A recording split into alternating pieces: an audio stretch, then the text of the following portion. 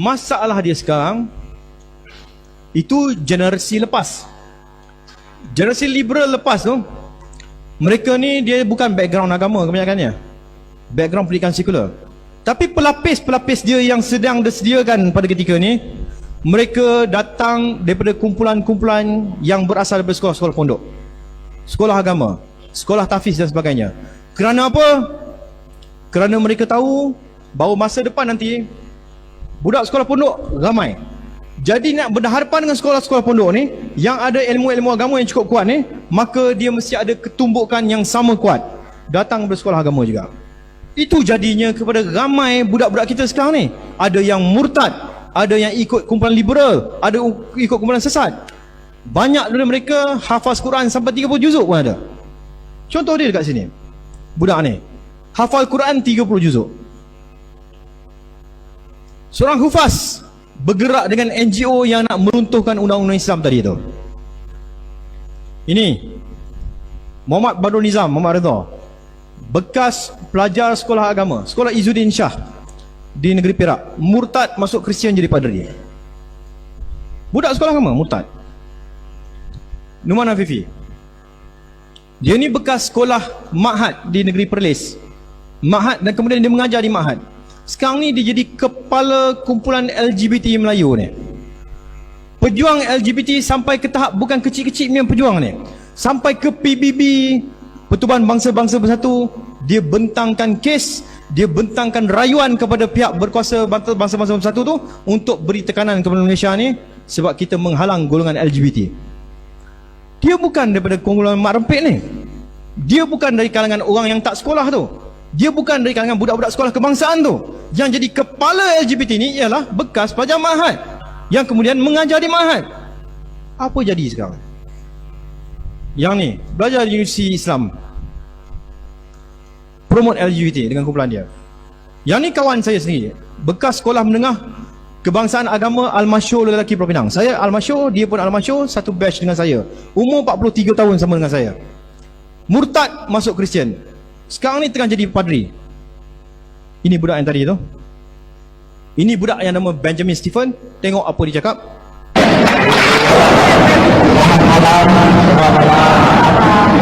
Assalamualaikum.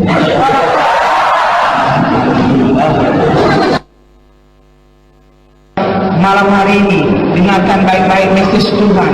Saya membawa 3 mesej supaya kerajaan Tuhan dimuliakan, supaya nama Tuhan ditinggikan, dan supaya kerajaan setan iblis dikalahkan. Amin. Ya. Jadi saya dari suku M, suku yang paling sensitif, ya. Dan sekarang puji Tuhan, tiada yang mustahil bagi tangan Tuhan. Orang M juga mampu dipanggil Tuhan. Dan sekarang puji Tuhan, di Johor saja lebih daripada atau hampir kepada 10.000 jiwa M sudah diselamatkan.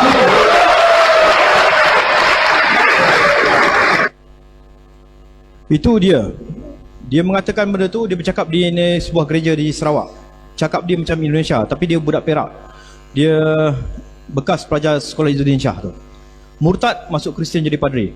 Ini kawan saya sendiri, murtad, berkahwin dengan isteri dia murtad dulu, kemudian isteri dia ajak dia murtad, dia tak mau murtad lagi, bincang punya bincang, sebab isteri dia ugut, berpisah. Kalau kata tak mau ikut dia, berpisah. Last kali dia ambil satu keputusan, dia dengan 5 orang anak dia murtadkan 5 anak dia. Dengan dia sekali murtad, dengan bini dia murtad, 7 orang serang dekat Australia. Murtad masuk Kristian, tengah belajar nak balik ke sini jadi padri. Budak sekolah agama, kawan saya sendiri, bukan kawan-kawan ni, kawan sendiri ni. Isteri dia kata yang murtad ni bukan sikit, dia kata ramai sebenarnya. Yang murtad ni dah ramai, cuma undang-undang tak benarkan kami murtad secara rasmi. Sebab tu dia buat banyak kes. Sebab tu Vatican menghantar kumpulan tentera rahsia dia. Vatican ada tentera rahsia, dia ada panggil apa, Secret Order of Malta tu. Hantar dengan projek-projek rahsia dia masuk ke dalam Malaysia ni untuk runtuhkan sistem undang-undang yang ada dalam ni, supaya membenarkan orang Islam boleh berkahwin dengan orang bukan Islam tanpa perlu tukar agama. Dan nombor 2, Dia minta supaya semua undang-undang syariah yang ada Malaysia diruntuhkan satu-satu. Dia sedang buat dengan rancak. Cuma dokumen-dokumen tu tak boleh dikeluarkan je. Nanti tunggulah satu masa, mungkin kerajaan benarkan dokumen tu keluarlah. Kan? Benda-benda macam tu. Dan dia kata ramai orang Melayu, orang Islam ni yang murtad, mereka pergi mengaji macam kita, pergi semayang macam kita, pergi solat macam kita, pakai macam kita dan sebagainya. Ini contohnya. Dia telah menjadi pengikut Isa alaihissalam selama lebih dari setahun. Setelah keputusannya untuk mengikuti Isa al-Masih, keluarga dan teman-temannya memperhatikan bahwa Ahmad telah menjadi orang baik. Dia menjadi seseorang yang lebih mengasihi dan bertanggung jawab dan lebih setia berdoa dan menceritakan imannya dalam Al-Masih kepada istri bersama anaknya. Mereka berkumpul bersama sebagai keluarga untuk belajar kitab suci Injil dan berdoa. Seperti Ahmad, banyak dari mereka memulainya dengan kumpulan keluarga bersama-sama istri dan anak-anak, bahkan sahabat-sahabatnya. Gaya dia gaya orang Islam. Cara dia mengaji macam mengaji orang Islam. Pakai dia macam orang Islam. Dia amin doa pun macam orang Islam, tapi dalam hati dia sembah Jesus Christ. Dia tak sembah Islam. Kumpulan ni ramai. Dekat Malaysia ni ramai. Tahun 1989 satu kumpulan kena tangkap. Kerajaan keluar kertas putih cerita tentang perjalanan kumpulan ni. Kertas putih tu tajuk dia saya tak ingat. Kertas tahun 1988 tu. Kerajaan keluarkan bentang nama dia, Joshua Jamaluddin. 2-3 orang. Mereka buat kerja-kerja mendakwah Kristian tu kat rumah. Pakai macam kita, macam ustaz, ajar macam ajar mengaji, buat usrah kat rumah, orang datang ajar Kristian, masuk Kristian ramai. Kena tangkap kumpulan tu. Dan kumpulan tu bukan sikit, ramai. Ini antara padri-padri Melayu yang memurtadkan budak Melayu. Setiap kali dia murtadkan budak Melayu, dia masuk dalam Facebook dia. Hari ni dia murtadkan ni budak ni, bekas kelasi kapal. Murtad masuk rumah dia, murtad sebab kawan dengan seorang perempuan Kristian dia. Lepas tu dia murtadkan budak ni lagi, masuk dalam Facebook dia. Murtadkan budak ni sebab dia sakit kaki, pergi rumah Joshua Helmi ni, Joshua tu doa, kaki dia sembuh. Doa orang macam ni dia cepat makbul. Sebab ni istidraj je, dia punya dia. Dan kaki sembuh je murtad budak ni. Dah boleh berjalan. Padri ni hilang, dengan isteri dia hilang, tak tahu ke mana. Wallahualam, apa jadi pun tak tahu. Jadi kes besar ni. Ini antara aktiviti dia orang. Bila tadi Benjamin Stephen, dia kata dekat Johor tadi ada murtad. Ini salah satu program kat Johor yang dia orang cuba buat. Tadi waya! Tadi waya! 是神在对joh后在说话。神定要做一件你跟我都没有看过的事情，让我能够继续能够在这个城市里面追赶仇敌。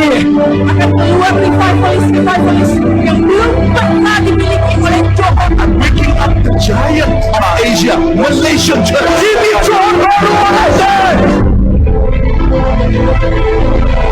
主的灵在我身上，我要使瞎眼的看见，瘸腿的行走，我要使被掳的释放，受压制的得自由。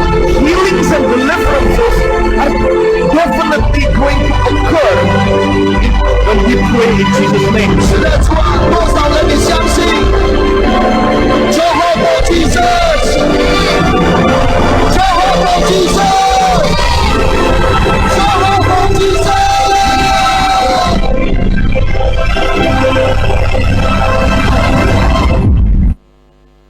Itu acara yang dia buat di Johor 2015. Tak berjaya buat sebab kita dapat tahu awal. Bayangkan acara tu, tajuk acara tu dia nak buat satu perhimpunan besar-besaran kumpulan Kristian di tengah-tengah Johor Bahru. Berpuluh ribu orang akan berkumpul. Tajuk himpunan saja pun dah menghasut. Tajuk himpunan dia apa? Take possession of the land. Rampas negeri tu. Tajuk dia rampas negeri tu. Allow me to chase away the enemy from the city. Dia kata ucapan-ucapan dalam video tu. Izinkan aku untuk halau keluar semua musuh-musuh kita daripada pekan ni. Siapa yang dia nak keluar ni? Buatlah acara lain. Kenapa nak buat acara dengan sebut benda-benda macam ni? Kemudian yang kat hujung video tadi tu dia menjerit-jerit, Joe for Jesus, Joe for Jesus, Joe for Jesus. Kalau dia sebut Kelantan untuk Jesus, setuju ke? Tentu kita tak setuju. Dan itu yang dia orang buat. Dan kita berjaya halang. Masa tu saya punya tim nasib baik lah. Tim saya tak balik raya lagi time tu, ni bulan puasa. Kita duduk, saya tulis satu laporan, hantar ke Istana Johor petang tu juga. Alhamdulillah Istana Johor respon dengan cepat. Dalam tempoh 4 jam dah respon. Tengku Mahkota Johor, dia bagi amaran. Dia kata kepada kumpulan yang duduk daripada luar Johor ni, jangan buat kacau dalam negeri Johor. Alhamdulillah, kita ucap terima kasih lah kepada Istana Johor yang sangat cepat dan sangat pantas. Tapi kumpulan ni dia punya cerdik dia tak buat tempat terbuka, dia pergi buat tempat tertutup pula. Dan dia orang ni tak pernah berhenti, tak pernah stop sampai hari ni. Ini dia gunakan tekanan-tekanan antarabangsa. Dia bawa pergi ke peringkat antarabangsa, minta kumpulan-kumpulan Kristian dunia, banyak pertubuhan Kristian mendesak PBB tekan negara ni supaya beri hak untuk orang-orang Melayu yang masuk Kristian dapat murtad dan sebagainya. Ini mereka kat PBB. The Zohar statement is delivered on behalf of ADF International, the World Evangelical Alliance, and the Ethics Di and belakang Religious tu yang Liberty budak Commission of the Melayu Southern mahat tu, Baptist LGBT Convention. tu. Mr. President, we know with deep regret the rejection by the government of Malaysia of 9 out of a total of 10 recommendations addressing the deteriorating situation of freedom of religion or belief in the country. Okey, itu kumpulan Kristian. Di belakang tu kumpulan LGBT. Dua-dua tu pergi ke PBB, desak supaya PBB tekan kita. Ini antara laporan-laporan kumpulan Kristian dunia tekan dan dia orang minta tuntutannya. Beberapa perkara dalam perlembagaan dia minta supaya diubah dan sebagainya. Setengah-setengah undang-undang dia minta ditukar dan sebagainya. Ini perkara yang tuan-tuan sendiri boleh baca dalam laporan-laporan yang tersedia dalam internet tu. Pada 12 Februari 2018, selepas satu pembentangan yang dibuat oleh bekas bos saya di Putrajaya, kita bentang pasal isu keganasan. Tapi semua orang nak hala keganasan ni kepada ISIS. Semua nak halang keganasan ni kepada kumpulan-kumpulan yang dia kata ni kumpulan radikal Islam. Tapi kita ambil keputusan untuk buat satu pembentangan menceritakan asal usul kenapa kumpulan ni muncul. Dan kita kata kumpulan-kumpulan ni muncul di Iraq, di Syria kerana kebangkitan kumpulan-kumpulan pelampau evangelis di Amerika sendiri. Bila kita bentang benda tu dekat Putrajaya, kedutaan Amerika dia rasa benda tu dia tak berhati. Dia jemput, nak datang ke office, kita tak nak jumpa dia dekat office. Kita pergi jumpa dekat salah satu tempat kedai makan di Putrajaya. Saya, bekas bos saya dengan seorang lagi pegawai jumpa dia, bersembang-sembang dengan dia. Dia cakap lembut, tetapi dia kata kami mendapat banyak laporan daripada kumpulan-kumpulan NGO bukan Islam yang kerja-kerja kamu buat ni menjejaskan mereka. Dia kata macam tu, lembut. Dia kata kamu perlu beri hak kepada mereka untuk bercakap dan sebagainya, untuk buat aktiviti dan sebagainya. Kita kata kepada dia tak ada masalah, nak buat aktiviti tak ada masalah, tapi jangan sampai buat aktiviti nak menggulingkan negara, nak tukar negara ni jadi negara Kristian dan sebagainya. Itu tak boleh. Nak buat aktiviti agama dia punya pasal. Lepas tu dia kata kumpulan-kumpulan yang kata nak ubah negara ni negara Islam ke negara Kristian, benda tu tak wujud. Kumpulan pelampau evangelis yang nak menggulingkan pemerintahan tu tak wujud, dia kata. Tak ada. Lalu kita kata balik pada dia. Kita cakap pada dia, takkan kami nak bentang benda-benda yang tak ada bukti. Takkan kami nak bentang benda-benda yang tak ada dokumen untuk kita support, sokong dan sebagainya. Saya tunjuk pada dia video ni kemudian. Saya kata tuan sendiri nilaikan video ni. Apa yang mereka cakap? Apa yang mereka buat? Selari ke tak selari dengan apa yang kami cakap, bahawa dah terdapat kumpulan-kumpulan pelampau ni dah mula bercakap untuk menggulingkan pemerintahan Islam dalam Malaysia ni. Ini video dia. Sekejap lagi. Ini video dia. Any other cities represented here? Negeri Sembilan, and in Jesus' name, I bring the Minangkabau spirit in and I say, the people in Negeri Sembilan will come to Jesus.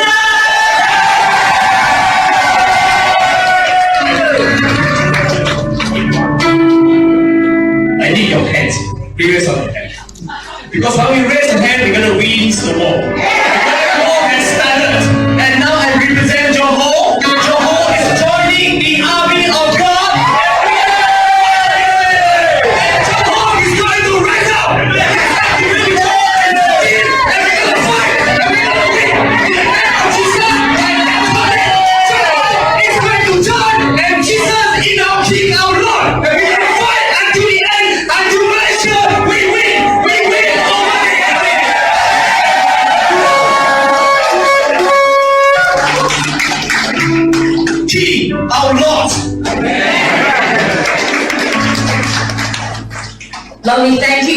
government has shifted into Putrajaya yesterday.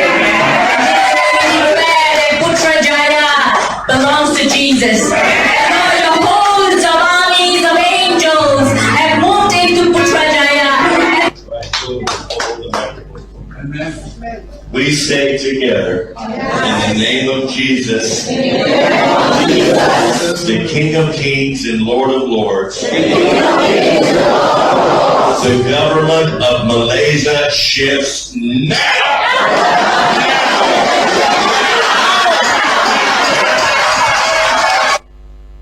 Okey, video tu dibuat di Sabah. Mereka kumpulan daripada negeri-negeri, daripada Pulau Pinang, daripada Johor, daripada Negeri Sembilan. Kumpulan-kumpulan negeri ini berkumpul untuk buat satu upacara angkat sumpah. Bai'ah dengan ketua dia. Ketua dia siapa? Yang ni. Yang datang untuk berbai'ah dengan siapa? Penasihat agama kepada Presiden Trump. Turun Malaysia pergi Sabah. Buat upacara bai'ah. Bai'ah untuk apa? Untuk pastikan setiap satu negeri ini meruntuhkan pemerintahan Islam dan negeri masing-masing. Runtuh ganti dengan Jesus. Runtuh ganti dengan Jesus sampai ke tahap macam mana? Sampai ke tahap Malaysia itu sendiri akan berubah menjadi sebuah negeri Kristian. Kita tunjuk kepada dia. Kita tunjuk kepada pegawai kedutaan Amerika tu. Kita tanya kepada dia. Okey, tengok video ni. Apa you kata sekarang? Kalau you nak kata benda ni mengamalkan agama dengan aman damai, itu tidak. Ini tahap nak meruntuhkan negara. Ini melanggar undang-undang yang ada. Ini melanggar batasan-batasan dan perlembagaan persekutuan tu. Tak boleh. Dia diam, dia gelak. Dia gelak, dia kata, saya minta maaf, benda-benda macam ni saya tak tahu. Saya kata, takkan you tak tahu kan? You Amerika, you CIA, you mesti tahu. Ini penasihat agama Presiden Trump. Penasihat agama Presiden Amerika datang menghasut dalam negara kita ni. Menghasut untuk menggulingkan pemerintahan Islam dalam negara ni. Takkan you tak tahu? Jadi bila kami cakap benda tu, benda ni sangat-sangat bahaya. Ini satu. Ini kumpulan pelampau evangelis. Ada banyak kumpulan lagi yang tengah bergerak. Sasaran dia tahun 2030 Malaysia ni akan menjadi sebuah republik sekular tak lama lagi. Kita dah buat macam-macam benda. Kita dah pergi jumpa polis. Kita dah bentang kepada pasukan perisikan tentera. Kita dah bentang kepada MEIO, Perisikan Malaysia tu. Kita dah bentang kepada menteri. Kita dah bentang kepada menteri kabinet. Kita dah bentang kepada agensi-agensi strategik. Laporan-laporan polis kita dah buat semuanya. Tetapi pada waktu tu, dalam kerajaan lepas yang jatuh sebelum ni, tindakan tak diambil. Kerana apa? Alasan yang selalu diberikan kepada kita pada waktu tu ialah sabar sekejap, tunggu sekejap, pilihan raya dah dekat, tak boleh nak buat benda ni, nanti orang Kristian marah, nanti puak-puak liberal ni marah, orang tak mau undi kita dan sebagainya. Jatuh negara. Ni Allah dah bagi peluang kedua. Allah dah bagi peluang kedua, takkan kita nak buat silap yang sama lagi. Jadi kita kena susun betul-betul. Tapi masalahnya pula dengan golongan-golongan politik ni ialah mereka ni bergerak di atas undi. Mereka ni bergerak di atas suara rakyat yang ramai. Kalau tak ada suara yang bersuara tentang benda-benda macam ni, maka dia tak nak bergerak. Kerana itulah kita nak supaya semua orang kita bercakap tentang benda ni. Minta bagi desakan. Kalau kata semua orang Islam, 16 juta orang Islam dalam negara ni, kata 3 juta orang saja bersuara, pasti dia akan ambil tindakan. Sebab politik ni dia bergerak atas nombor. Lagi ramai, lagi dia takut untuk bertindak. Jadi kita kena bersuara, kita kena bercakap, kita kena berusaha, kita kena susun strategi dan sebagainya. Alhamdulillah, bila ada istimak pondok macam ni dan ada sidang selepas ni, sidang pleno tu, mungkin kita boleh bincang apa bentuk-bentuk perkara yang kita boleh buat, jalan, bergerak dan sebagainya, untuk kita pastikan nasib umat Islam dekat negara ni terbela. Nasib golongan-golongan orang Islam, golongan pondok, golongan pelajar-pelajar pondok akan dibentuk sebagai satu kuasa yang menjadi kuasa pendesak, supaya undang-undang dihormati, supaya perlembagaan tu tak ada orang langgar. Itu yang kita boleh buat dan cuba buat. Selain pada jumpa agensi-agensi tu, saya sendiri dah berjumpa dengan Raja-Raja Melayu. Ini laporan-laporan polis yang kita buat, pembentangan yang kita bentang kepada Majlis Kebangsaan Halal Islam dan sebagainya tentang perkara ni, termasuk kita jumpa Sultan Abdullah sendiri. 3 kali kita jumpa dia, tapi sebelum dia naik jadi Tuan Agong, kita bentang pada dia. Kita bentang, kita kata, tuanku, masalah ni makin lama makin besar, tolonglah ambil peduli. Dan dia bagi nasihat satu je pada saya. Dia kata raja-raja Melayu ni tidak boleh bergerak atas kehendak dia. Dia tak boleh suka-suka hati nak pergi bergerak macam tu. Dia kena bergerak atas kehendak rakyat. Kalau rakyat 10 juta orang Islam bercakap kami tak mau benda ni berlaku, maka mudah untuk dia bertindak. Dia kata mudah untuk dia bertindak sebab rakyat yang mahukan benda tu. Jadi kita kena gerakkan.